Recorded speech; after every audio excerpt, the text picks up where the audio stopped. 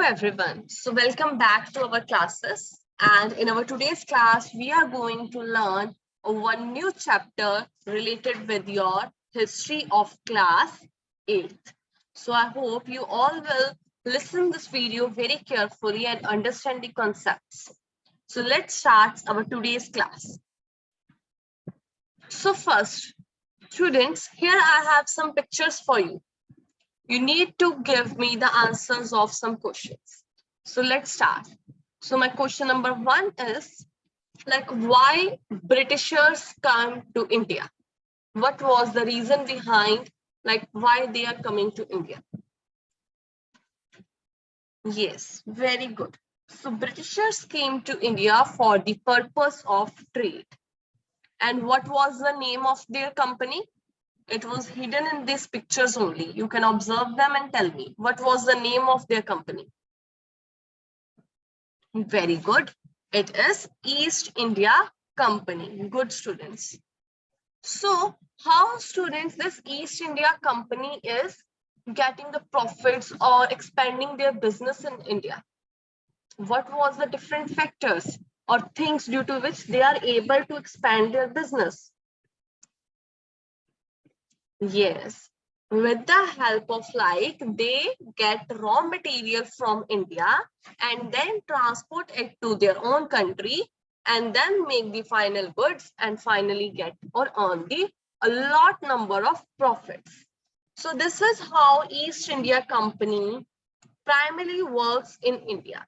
And after that, we all know how after gaining a lot of profits, this East India Company emerged into a great colonial system in India and hence captured the India for near about 200 years and start ruling over here.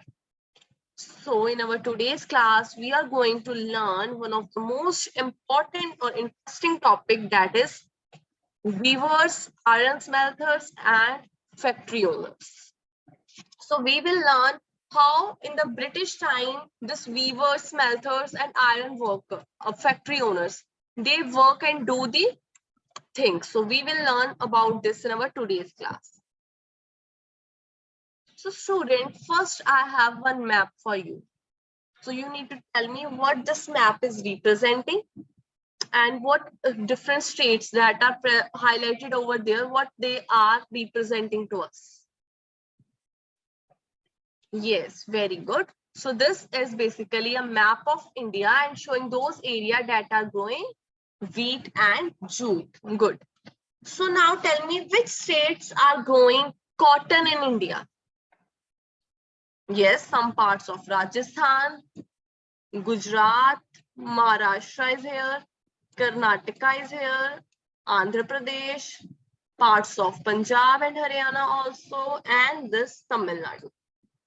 Very good students.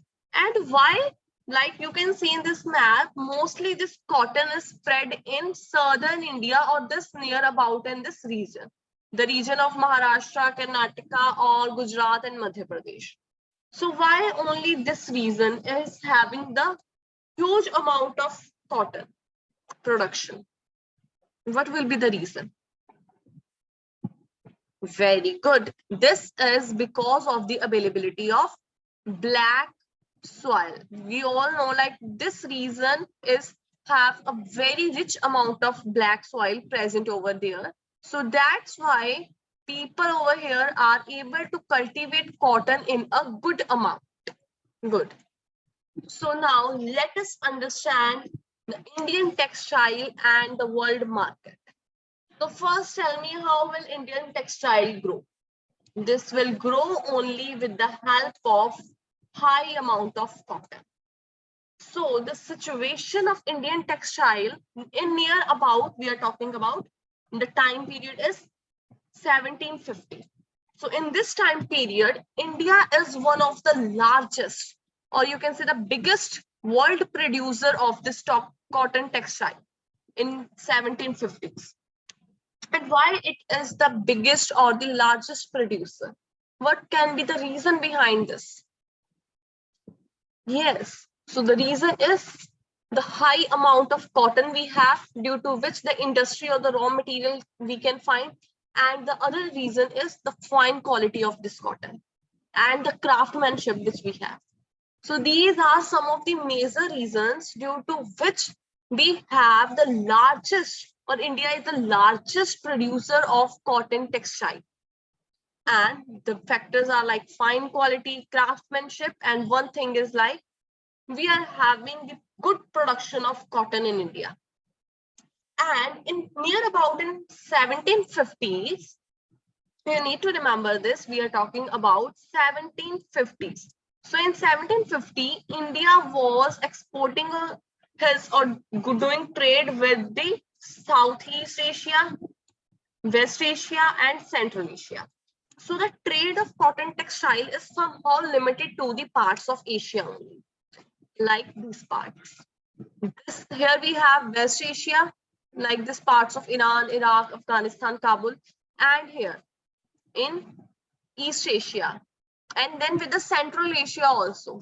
We are not having, still we are not having any connect with the European world. But in 16th century, in later 16th century, the European trading companies come to India and start buying and selling in, they start buying Indian textile and start selling it to the Europe. Okay, in late 16th century, they start selling their cotton products, Indian textile, into the world of Europe. So this is about the Indian textile in world. So now think, why do European trading company want to buy Indian textile? Like why they come from Europe, this reason over this in India to buy the cotton or the textile of this? Why Indian products are start getting popular in this area? What can be the reason behind this? So you need to think over here and then come up with your answers. Yes, one reason is the fine quality of the products. Fine quality. And what can be other reasons? Very good. Yes, the other reason is cheap.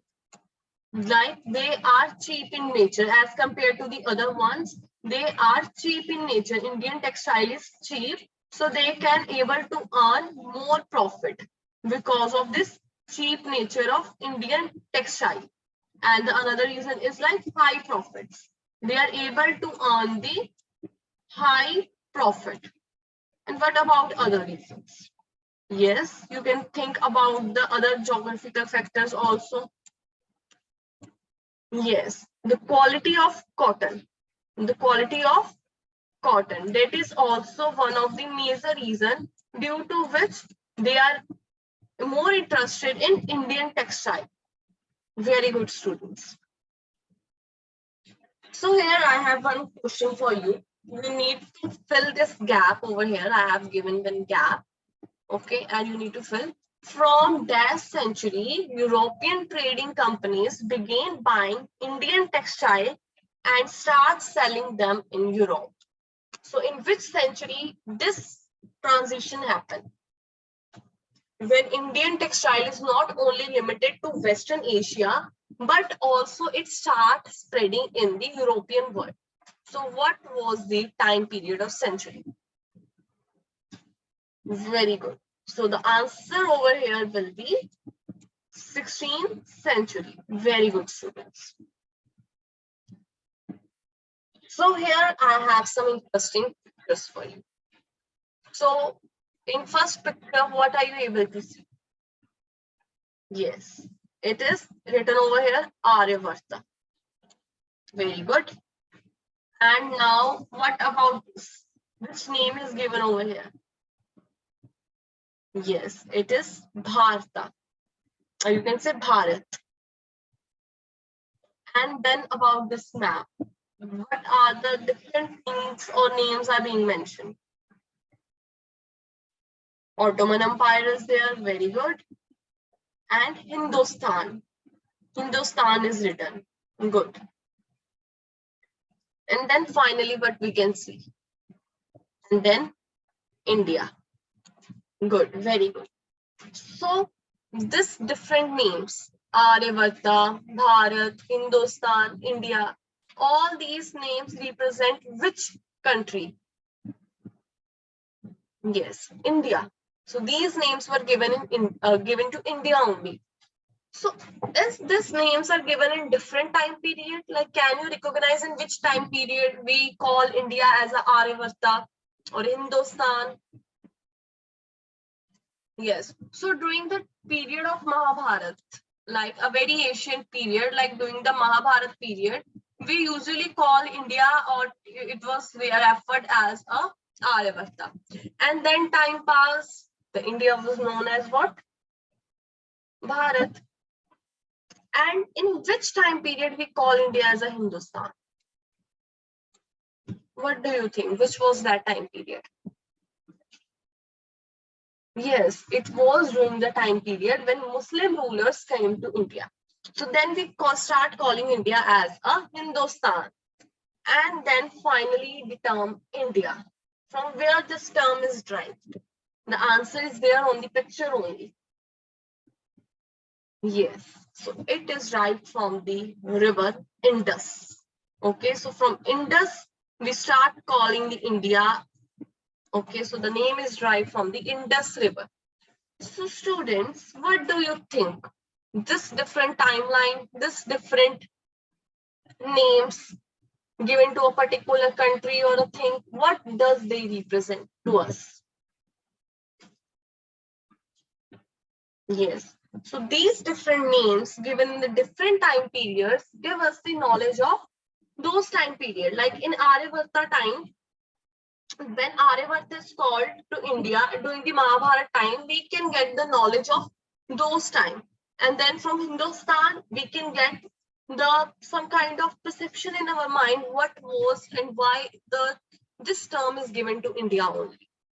So now our next topic is we are going to discuss how the words tells us history, how different words are derived and what history they tell to us.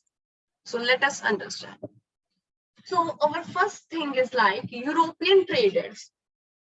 When European traders come to India, they interacted with the Arab merchants, and these Arab merchants are having the fine clothes of India. Okay, so they are having the fine clothes from India.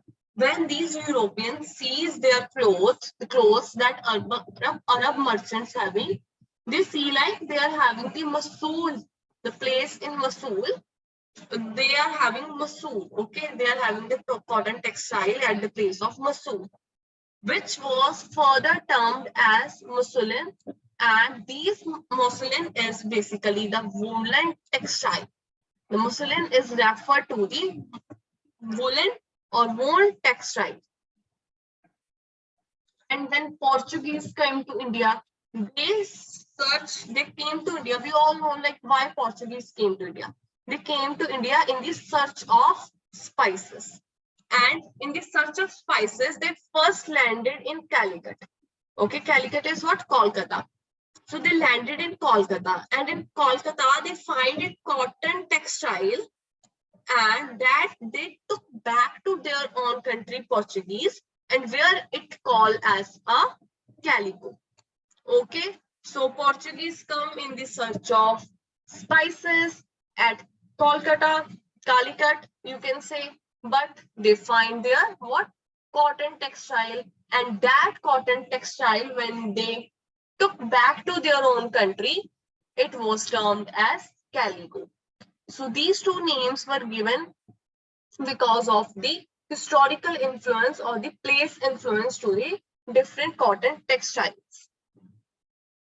And here I have map, like you can see when the people come to India in the search of spices, I have already explained you, and when they go back, they named it as a calico. And same with the case of Muslim. The people come in these countries of Arab, and when they find those Mosul, they named it as a Muslim. Okay, students? So here I have one activity for you. You need to match this. List 1, list 2, and list 3. You need to match these 3 lists correctly. So yes, what will be the right answer over here? Masool, good. Masool, muslin, and this is finally a woven cloth.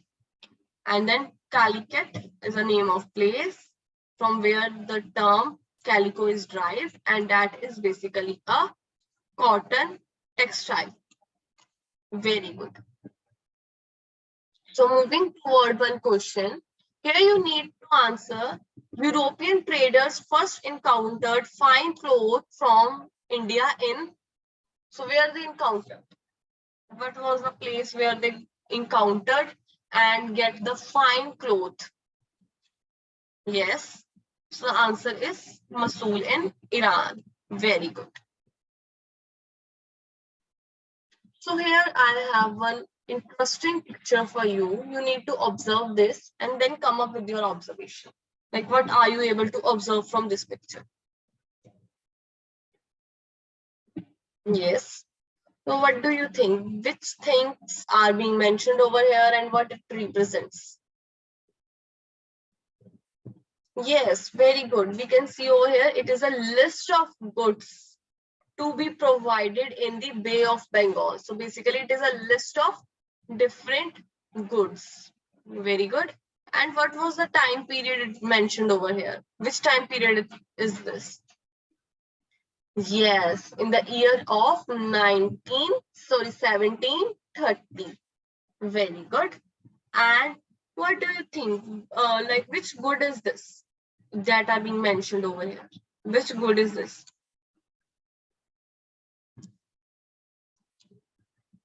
Yes, you can see like very good fine cloth. Here it is written 1000, like it is written over here. So what will be this? This is a original picture of a bill. So that's why it is blur over here. But we can see like this is about the cotton textile or the different cloth products.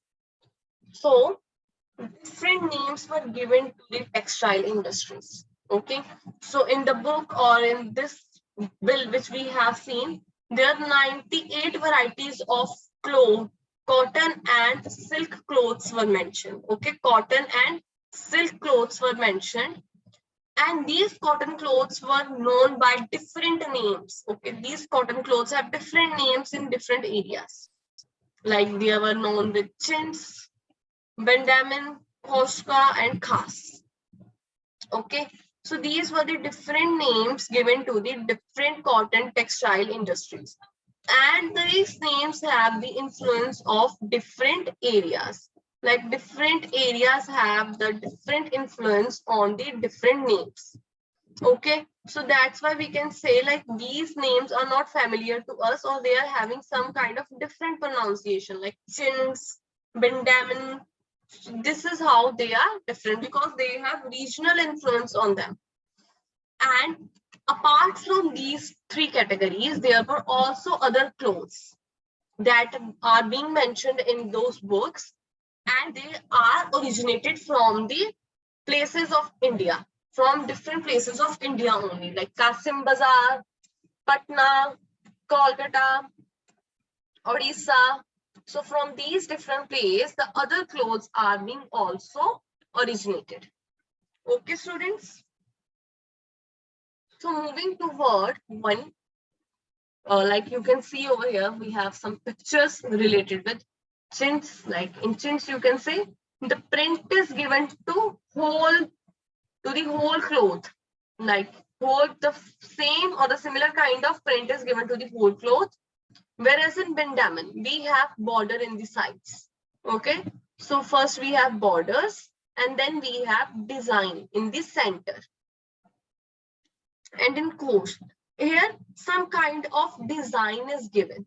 Okay, different design is given at the side borders of the cloth. Okay, only on the side borders. Here we have border on 4 corners, but there we have border on the side part of the cloth only.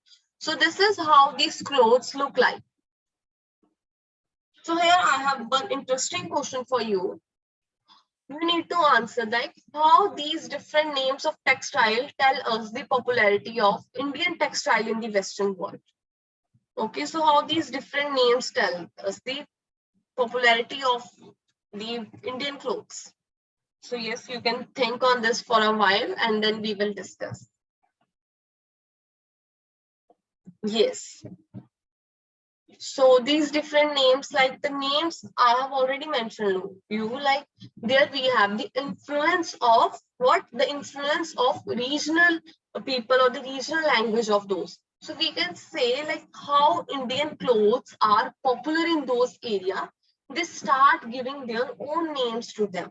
And from those names only, they are popular. And they are using those clothes for their own purpose. And then also they are earning profit. They are trading with India for the purpose of cotton textile and then finally giving them the name in their own language, which represents like how these clothes are popular in the Western world. Okay, so till here we are clear. Moving toward one reflection question. So here one statement is given to you. You need to answer like, is this statement is true or false? The word chintz comes from word chint. So is this statement is true or false? You can answer this in the comment section. So moving towards our recapitulation part. So in our today's class, we have learned about the cotton textile industry, how it started in India, and then spread into the Western world in Asia. And also we learned about the time period of near about 1750s or 1730s to the late 16th century. And all along with that, we also learned like how different names were given to the cotton textile and its popularity, how it was popular in the Western world. So now coming towards your question part, first you need to answer like what is Benjamin? So yes, what is it? Yes, it was a name given by the Western countries, or we can say by the Western Asia, to the cotton textile, cotton clothes of India. And next question is, what do you mean by muslin? Yes, so what is muslin? Very good, student. So muslin is basically a woven textile, and the name is derived from the Mosul, Iran, and from there only it was popular by the name of muslin. So this is basically a woven textile. Very good. And why there is a huge demand of cotton textile in Europe? So why there was a huge demand? Yes, because there was the Industrial Revolution, the quality of the Indian cotton textile was so good, so fine, and they want to buy those cheap quality of cotton that is good in nature to earn more and more profits. So that's why there is a huge demand of cotton textile in Europe to fulfill their own requirements of cotton textile.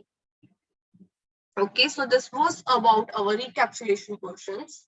Now moving towards your homework. So today I have come up with the only one question, but you need to do this question very seriously, as you need to mention any 5 different clothes. As today we have discussed about chintz, muslin, and then we have talked about bandamins and many other clothes. So similarly, you need to mention the 5 different clothes, and after that you need to write the history behind their name, like why that particular cloth is called by those name only, what was the history behind that. So you need to answer you need to find out 5 different clothes and then write a history behind their names. Okay, students, so that's all about our today's class. So I hope you have understand all the concepts. So let's meet in our next class. Thank you, everyone.